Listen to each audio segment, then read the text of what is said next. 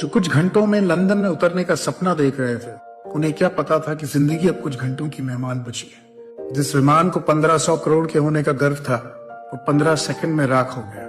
और जो सपना देखते थे कि दूसरों की जिंदगी बचाएंगे, उनकी छत से बिना बताए मौत का आमंत्रण आ गया। ये कागज का बोर्डिंग पास नहीं, प्रकृति का बोर्डिंग पास है, जिसे पता होता है कि विमान को कहाँ उतारना है। जिंदगी के बोर्डिंग पास पर चाहे इकोनॉमी में बैठो या बिजनेस क्लास में, पहुंचता वही है जहां ऊपर वाले ने देखा।